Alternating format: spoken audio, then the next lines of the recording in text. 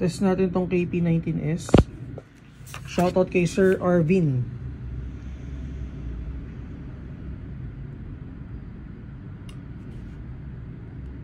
So naka fiber optic sights, hammer pad protection, may under rail na for attachment, adjustable trigger, fixed barrel.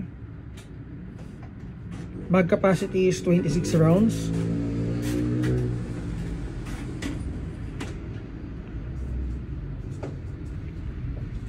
So guys, test natin. Price is 9.3.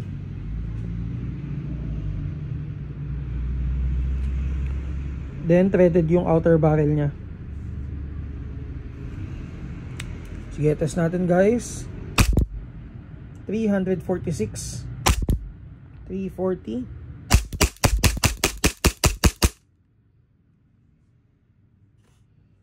For more details, mag-PM kayo sa Mavs Airsoft.